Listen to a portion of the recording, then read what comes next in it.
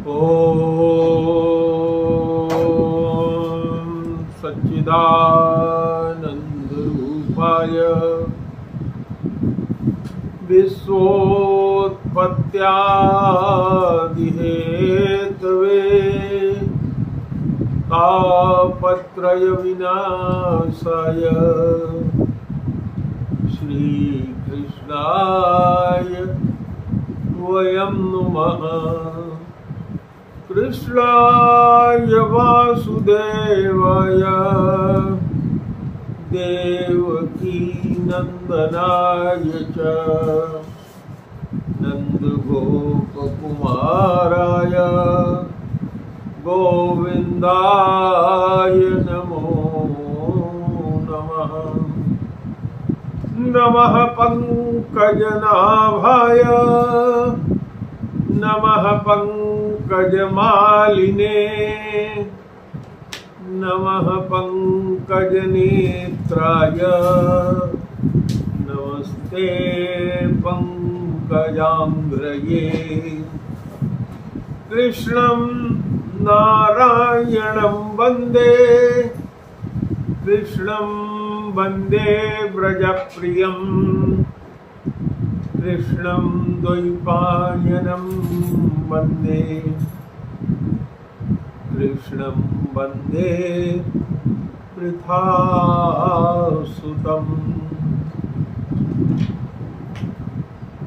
यं प्रव्रजन्तमनुपेतमपेतकृत्यं द्वैपायनो विरहकातरया जुहाव। पुत्रेतु तन्मयतया तरवो विनीदु। अस्तं सर्वभूतहृदयं मुनिमानतोऽस्मि। बर्हापीडं नटवरवपुः कर्णयोः कर्णिकारं बिभ्रद्वाशः कनककविशं वैजयन्तीं च मालाम्। रन्ध्रोन्वेणोऽधरसुधया पूरयन् गोपरवीन्द्रैः बृन्दारण्यं स्वपदरमणं प्राविशद्गीतकीर्तिः। यो ब्रह्माणं विदधातु पूर्वं यो वै वेदाश्च प्रहिणोति तस्मै तद्गुंह देवात्मबुद्धिप्रकाशं मुमुक्षुर्वै शरणमहं प्रपद्ये।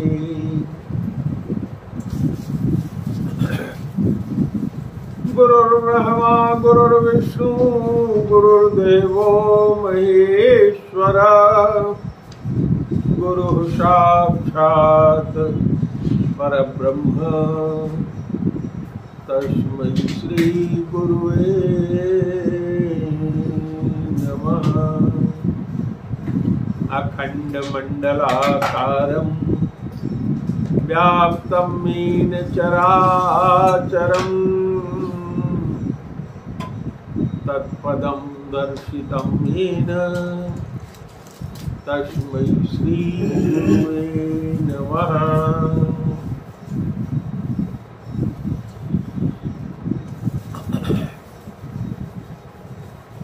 प्रेम से बोलिए गुरुदेव भगवान की जय। सच्चिदानंद भगवान की जय। आप लोगों से श्रीमद् भागवत की कथा मैं सुना रहा हूँ। कल हम लोगों ने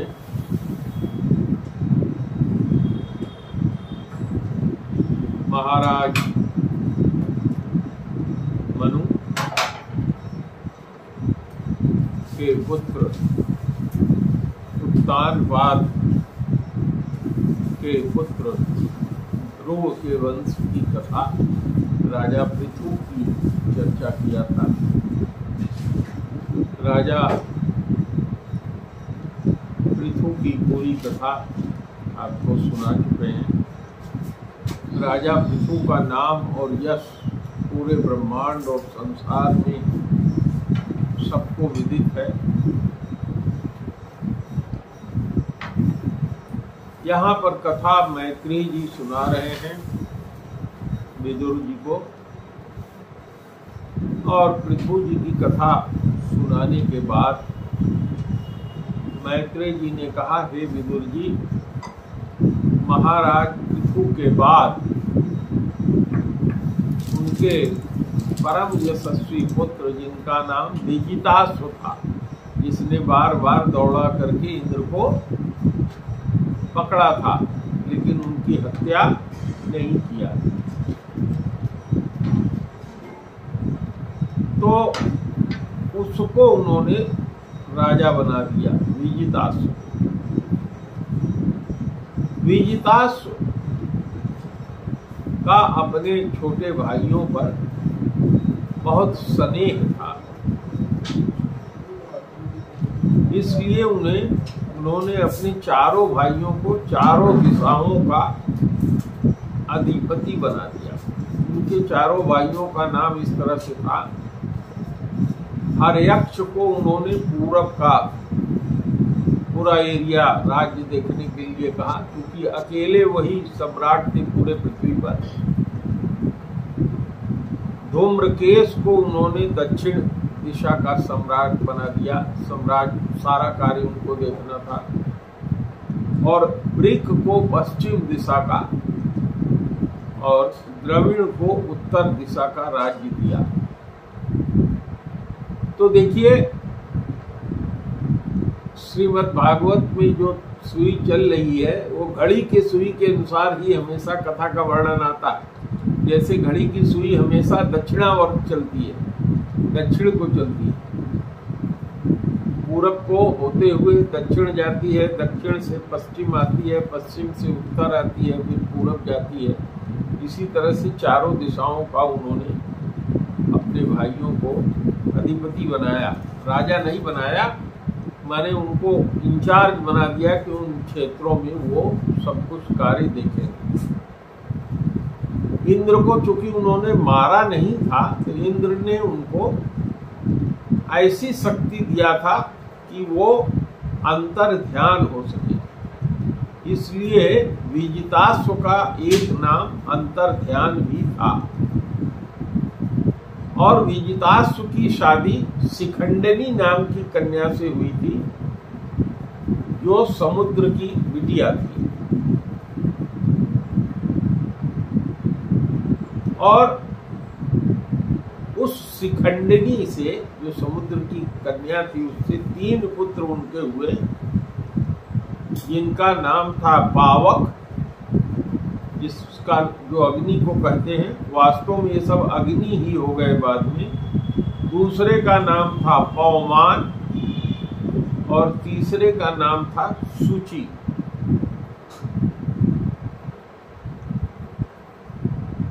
पूर्व समय में अग्नि को श्राप दिया था। अग्नि के कुल 49 रूप होते हैं, तो 3 इन अग्नियों को मनुष्य रूप में पैदा होने के लिए वशिष्ठ जी ने श्राप दिया था। इसलिए ये तीनों पुत्र के रूप में अंतर ध्यान कहिए, विजिताश्व कहिए, उनके पुत्र होकर के पैदा हुए। और ये सब महान योगी हुए, और शरीर छोड़ने के बाद फिर जो 49 अग्नियां हैं, उनमें इनका वापसी हो गई है, वहां अपने श्राप को भोग करके चले गए। ये जो विजिताश्व था, इसकी एक और पत्नी थी, जिसका नाम था नभस्वती। और इस पत्नी से उनको एक पुत्र प्राप्त हुआ था, जिसका नाम था अविर्धान।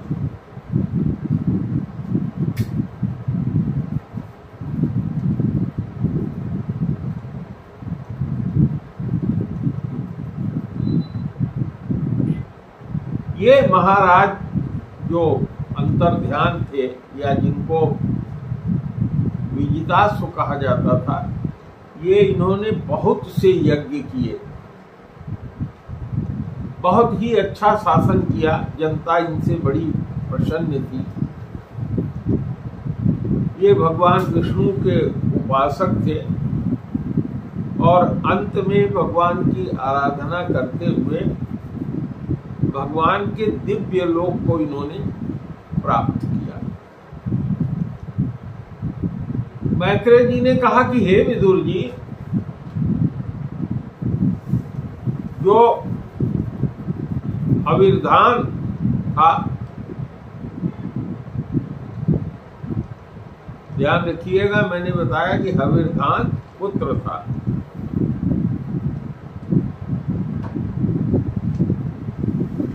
हविर्धान उनकी दूसरी पत्नी नभस्वती से उत्पन्न हुआ था।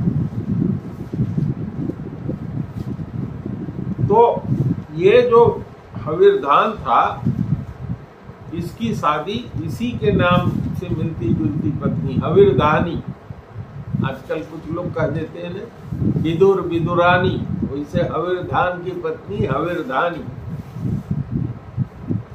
इससे पुत्र हुए, एक का नाम था वहिर्षद, दूसरे का नाम था गय, और तीसरे का नाम था शुक्ल, चौथे का नाम था कृष्ण, पांचवें का नाम था सत्य और छठवें का नाम था जितव्रत। ये 6 पुत्र हुए।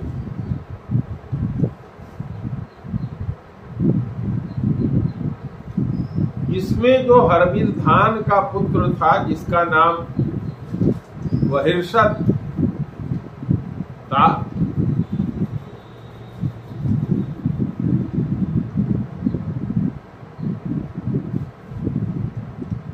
ये यज्ञ क्रिया में बड़े कुशल थे, बहुत योगी थे और इन्होंने अपने मनु महाराज की तरह से प्रजापति का पद प्राप्त किया।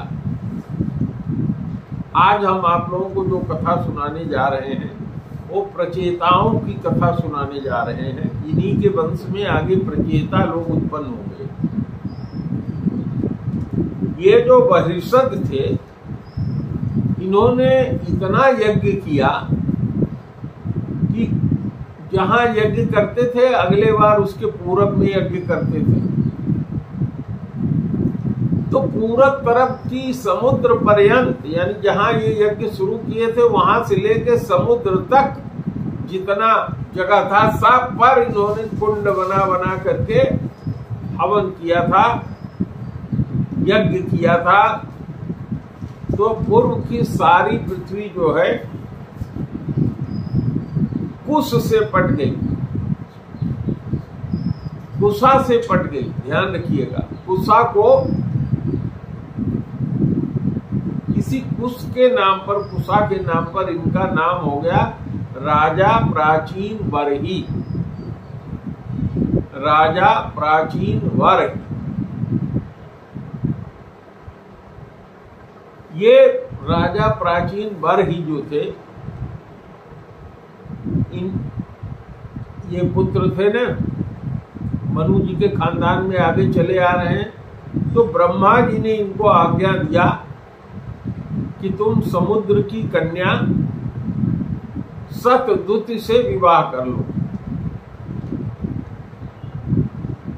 और सतदूति इतनी सुंदर थी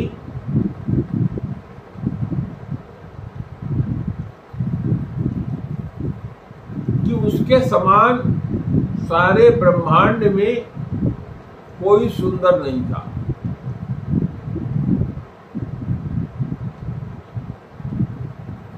और इसी सतदूति से प्राचीन वरही के द्वारा प्रचेता नाम के 10 पुत्र हुए। अब हम लोग कथा पे पहुंच गए हैं, यहां तक बताना जरूरी था। तो इसी प्राचीन वरही की पत्नी जो समुद्र की बिटिया थी, सतदूति, शतद्रुत, इससे 10 पुत्र हुए जिनका नाम प्रचेता था।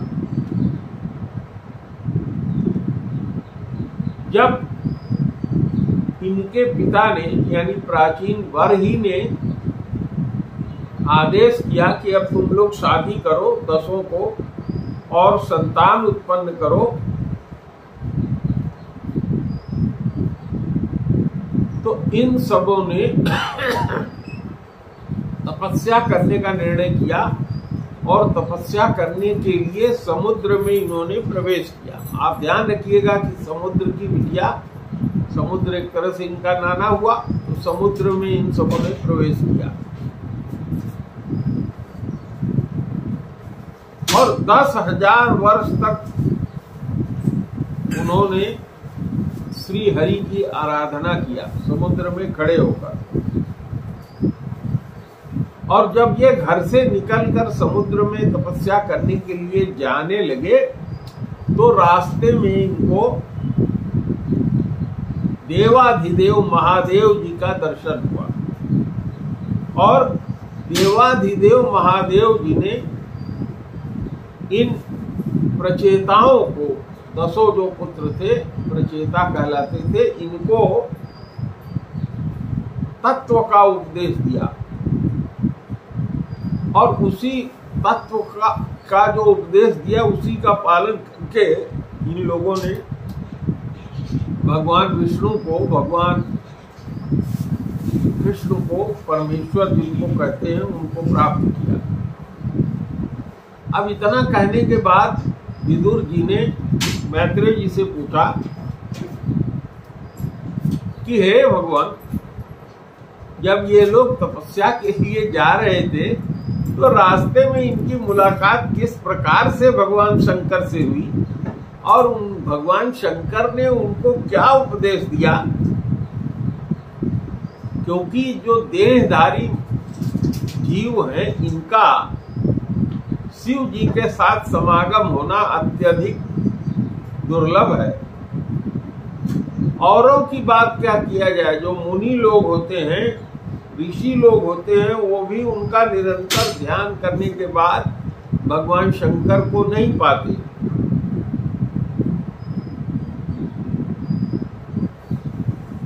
क्योंकि भगवान शंकर लोक सृष्टि की रक्षा के लिए निरंतर अपनी पत्नी शिवा के साथ, माता पार्वती के साथ तपस्या में लगे रहते हैं और सर्वत्र विचरते रहते हैं, सारे ब्रह्मांड में, सारे संसार में। तो मैत्रेय जी ने जब ये प्रश्न सुना तो उन्होंने समझाया, कहा कि पिता की आज्ञा मान करके प्रचेता लोग जब तपस्या में करने के लिए पश्चिम की ओर चले, क्योंकि इनके घर के पश्चिम में समुद्र था, तो जब जा रहे थे तो समुद्र के समान ही पश्चिम में इन लोगों को एक विशाल सरोवर दिखाई पड़ा, तालाब बहुत बड़ा।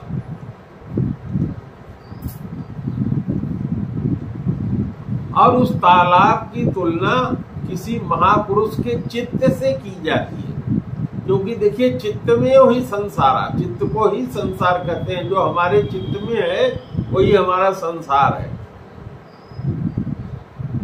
तो ये तालाब का वर्णन करते हैं कि बड़ा ही स्वच्छ था, उसमें कमल खिले हुए थे, सारे जल के पक्षी उसमें नहा स्नान कर रहे थे, कलरव कर रहे थे। इतने में ही वो सब वहां खड़े थे, उन्होंने देखा कि देवाधिदेव शंकर उधर से गुजर रहे हैं। गुजर ही नहीं रहे, उन्होंने देखा कि देवाधिदेव महादेव शंकर उसी तालाब से बाहर निकल रहे हैं। और शंकर जी का जो स्वरूप शरीर है वो सोने के समान चमक रहा है। उनका कंठ नीला है, 3 विशाल नेत्र हैं उनके सिर पे, उनकी स्तुति गंधर्व लोग गा रहे हैं।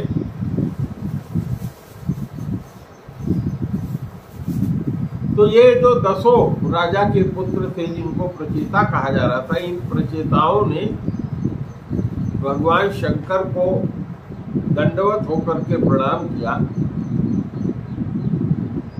तो भगवान शंकर बहुत प्रसन्न हुए और उन शील युक्त राजकुमारों से इस प्रकार का उपदेश दिया। तो कहा कि तुम लोग महाप्रतापी राजा प्राचीन बरही के पुत्र हो, तुम लोगों का कल्याण हो। तुम लोग जो करना चाहते हो वो मुझको मालूम है, और इस समय तुम लोगों पर कृपा करने के लिए ही मैंने तुम लोगों को इस प्रकार दर्शन दिया है। कहा कि जो भी कोई पुरुष भगवान वासुदेव की शरण लेता है या लेने के लिए जाता है, वो मुझे बहुत परम प्रिय है और उसके कल्याण के लिए मैं उद्यत रहता हूँ। इसीलिए मैंने तुम लोगों को दर्शन दिया है।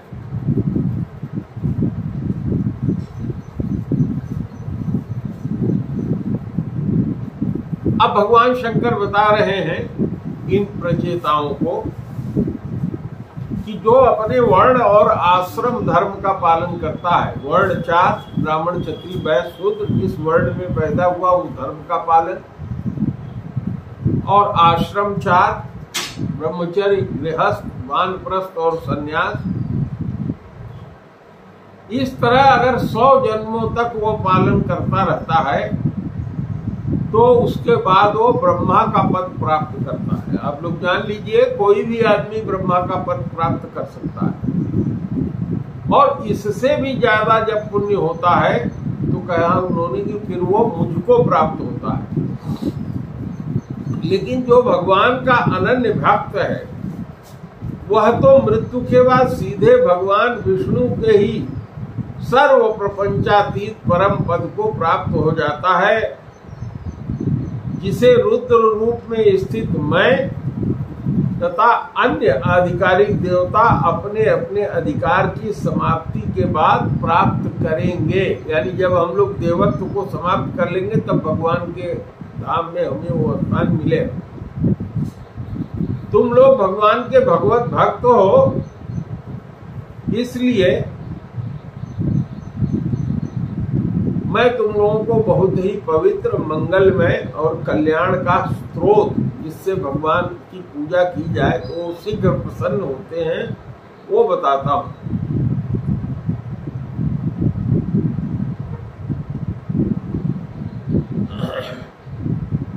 तब भगवान शंकर ने यह स्रोत सुनाया।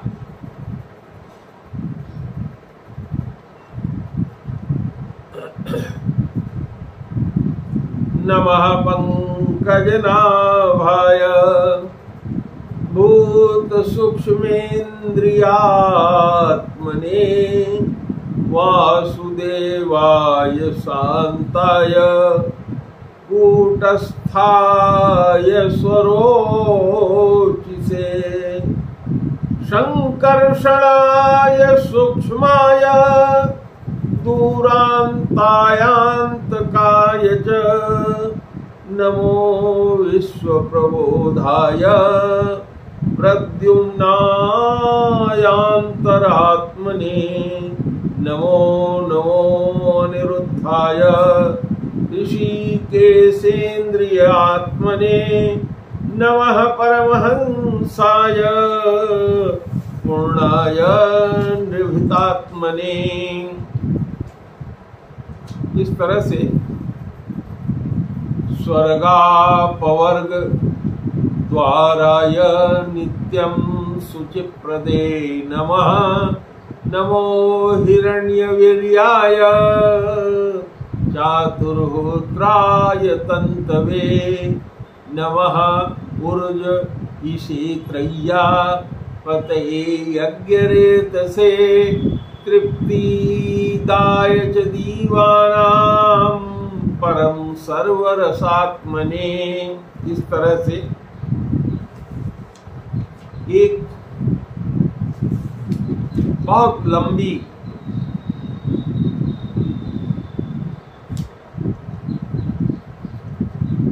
लंबा उपदेश दिया। भगवान शंकर ने कहा कि यह मोहग्रस्त जो जीव है प्रमादवश हर समय इस चिंता में रहता है कि मुझे अभी फला कार्य करना है, अमुक कार्य करना है, इस कार्य को मुझे अवश्य पूरा करना है। इससे एक काम समाप्त होने पर दूसरे काम को पूर्ण करने की इच्छा बनी रहती है।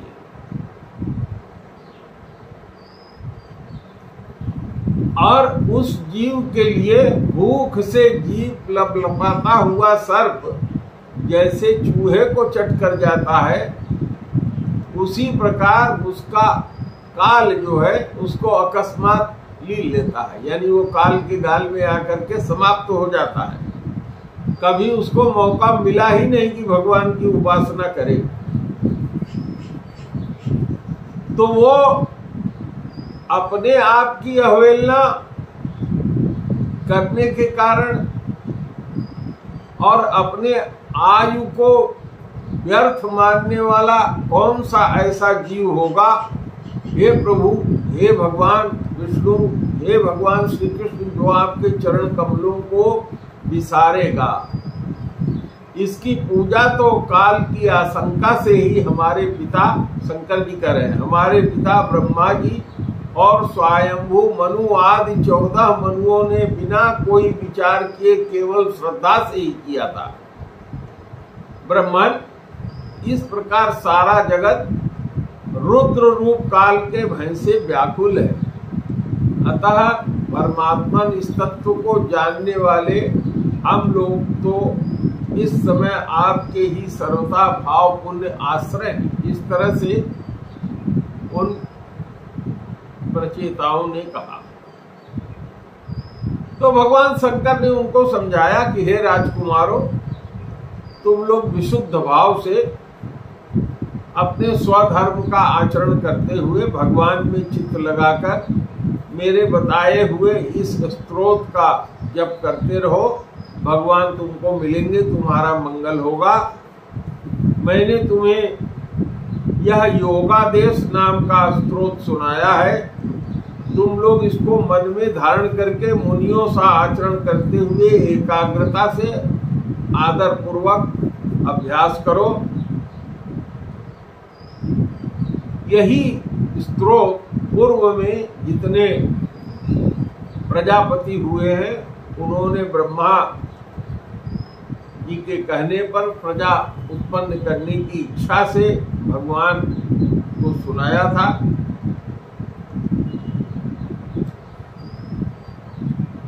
अब आप भी जो लोग भगवत परायण पुरुष हैं, इसका एकाग्र चित्त से नित्य प्रति जो कोई भी जप करेगा उसका शीघ्र ही भगवान की प्राप्ति और कल्याण हो जाएगा। भगवान शंकर ने कहा कि हे प्रचेताओं,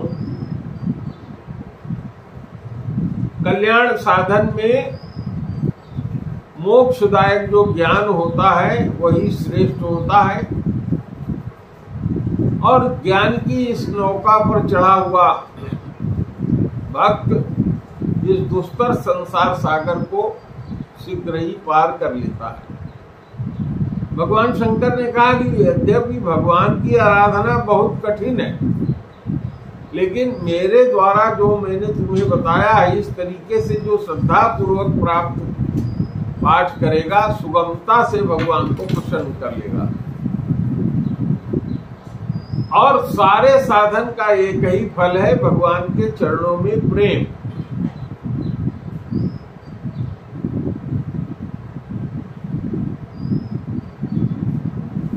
इस प्रकार कह करके भगवान शंकर अंतर ध्यान हो गए। प्रचेताओं ने भगवान की बहुत पूजा आराधना किया भगवान शंकर का। अब श्रीमद् भागवत में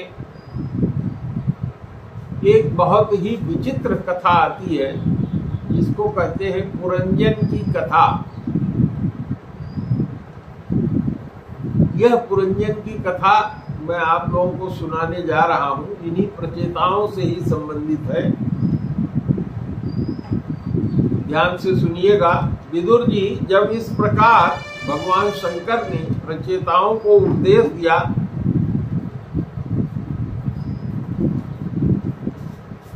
तब सारे प्रचेता जल में खड़े होकर भगवान रुद्र के बताए स्त्रोत का जप करते हुए 10,000 वर्ष तक तपस्या करते रहे। और इस समय उनका जो पिता था प्राचीन बरही, जिसके ये पुत्र थे, उसका मन जो था कर्म कांड में, बताया ना हमने आपसे कि यज्ञ करता था, यज्ञ माने कर्म कांड में बहुत रम गया था।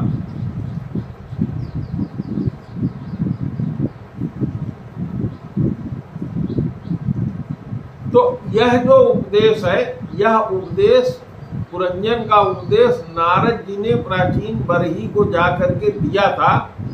प्राचीन बरही क्या था? कर्मकांड करता था। जैसे आजकल के लोग कर्मकांड करते हैं, भगवान की उपासना करते हैं, यज्ञ करते हैं, दान देते हैं।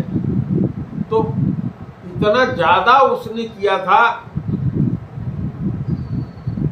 कि भगवान नारद जी उसके पास गए और उन्होंने उसको समझाया कि देखो, ये कर्मकांड करने से भगवान की प्राप्ति नहीं होती है, बल्कि क्या इसका उल्टा असर होता है। उन्होंने कहा कि हे राजन, इन कर्मों के द्वारा जो तुम यज्ञ कर रहे हो, इन कर्मों के द्वारा तुम कौन सा आत्म कल्याण करना चाहते हो? जो दुख है इसका आत्यंतिक नाश और परमानंद के प्राप्ति का नाम ही कल्याण कहा जाता है। कल्याण का मतलब क्या होता है? दुख का नाश और आनंद की प्राप्ति। यह कर्म से नहीं मिल सकता। 3 मार्ग हमने आप लोगों से चर्चा किया ना, ज्ञान का मार्ग, भक्ति का मार्ग और कर्म का मार्ग। तो कर्म के मार्ग से नहीं मिल सकता।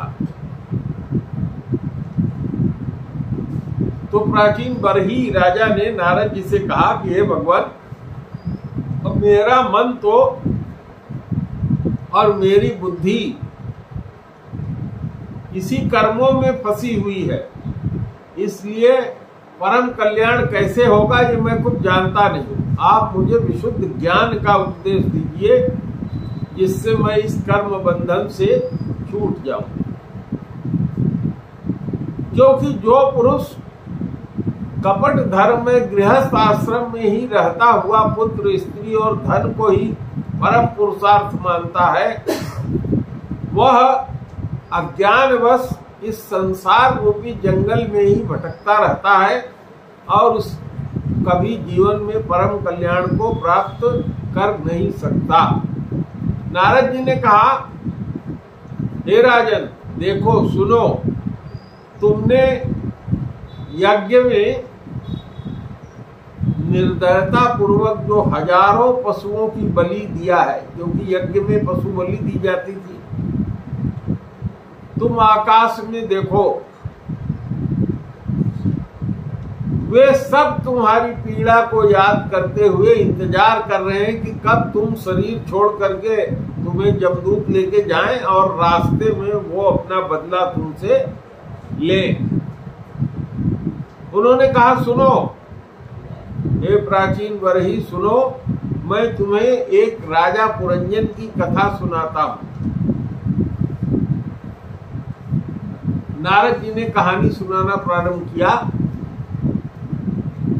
कि प्राचीन समय में पुरंजन नाम का एक बड़ा यशस्वी राजा था। बहुत छोटी कहानी जैसी है, आप लोग भी सुनिए।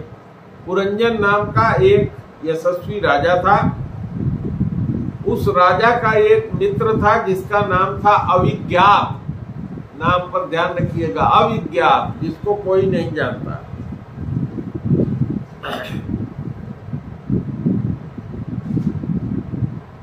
और उस अविज्ञात की चेष्टा को कोई भी जान नहीं पाता था। राजा पुरंजन जो है अपने रहने योग्य स्थान की खोज करने के लिए सारी पृथ्वी में घूम डाला था, फिर भी धरती पर उसे अपने योग्य रहने लायक कोई स्थान नहीं मिला।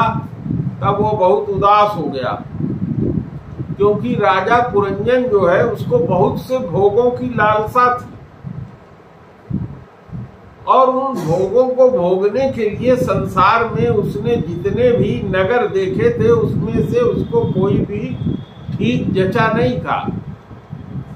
एक दिन वो हिमालय के दक्षिण में भारत खंड में 9 द्वारों का एक नगर उसने देखा। एक नगर था जिसमें 9 दरवाजे थे, उसको उसने देखा पुरंजन ने। और ये नगरी सब प्रकार के सुलक्षण से संपन्न थे।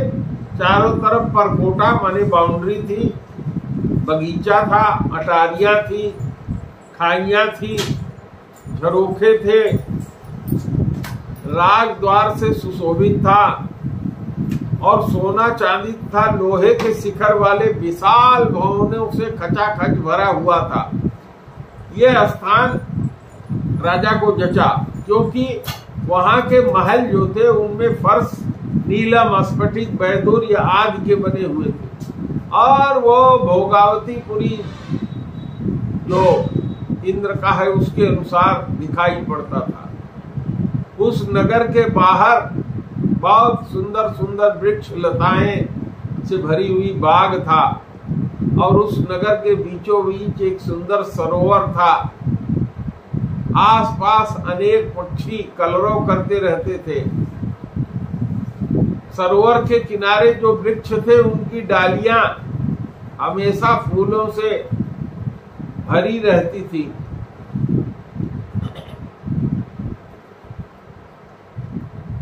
वहां रहने वाले जीवों को कोई कष्ट नहीं पहुंचता था, और चलने वाले बटोहियों को ऐसा भ्रम हो जाता था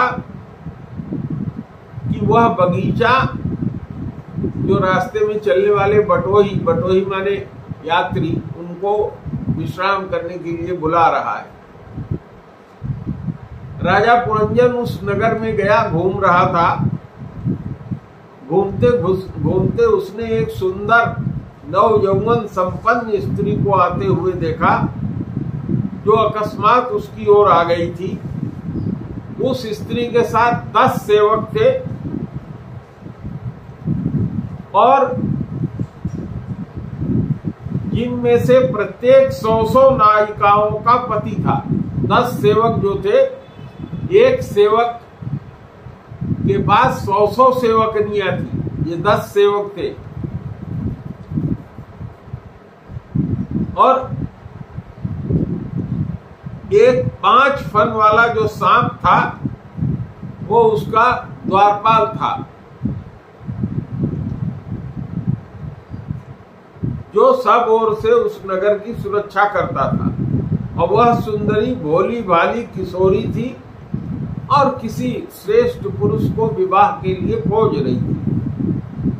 उसका नासिका, दांत, कपोल, मुख सब बहुत सुंदर था। सुंदरता की वो अत्यधिक खजाना थी।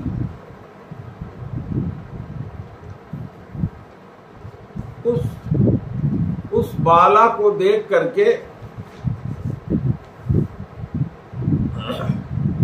राजा प्राचीन बरही को जो कथा सुना रहे हैं नारद जी,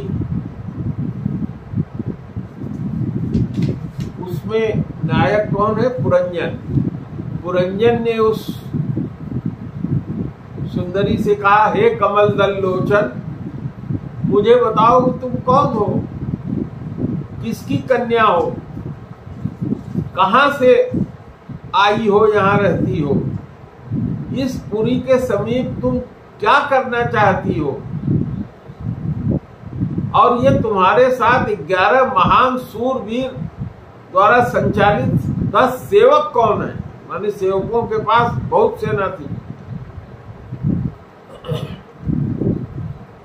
उन्होंने कहा कि हे सुंदरी, क्या तुम साक्षात लज्जा देवी हो, उमा देवी हो, रमा देवी हो या ब्रह्माणी हो? उमा माने भगवान शंकर की पत्नी, रमा माने भगवान विष्णु की पत्नी, और ब्रह्माणी माने भगवान ब्रह्मा की पत्नी। यहाँ वन में मुनियों की तरह एकांतवास करके क्या अपने पति की खोज कर रही हो? क्या तुम अपने पति को प्राप्त करने की इच्छा रखती हो?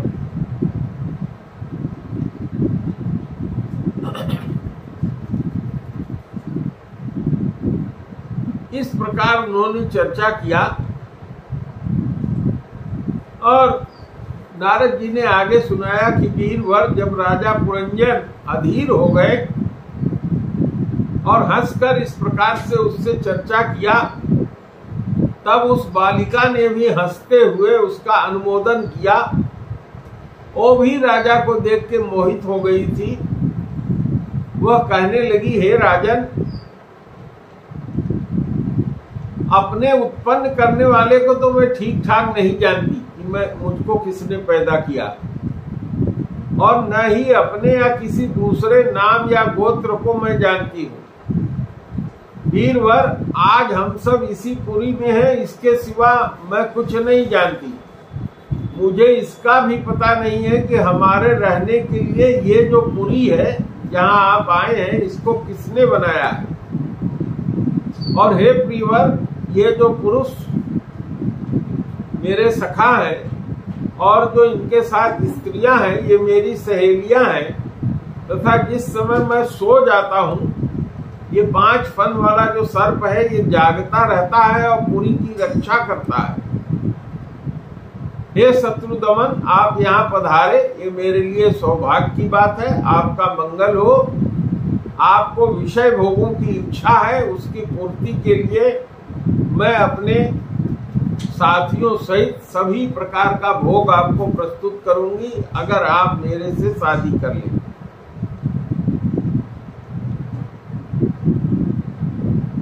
इस तरह से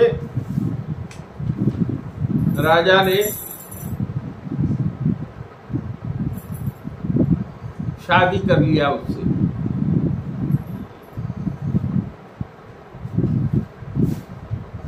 तो आज का समय लगभग समाप्त हो गया है। ये कथा चूंकि लंबी है, 3 बार में लगभग समाप्त होगी, तो आज मैं यही समाप्त करता हूँ। आप लोग ध्यान रखिएगा, तो बताइएगा कहाँ तक कथा हुई थी। श्री राम जय राम, जय जय राम,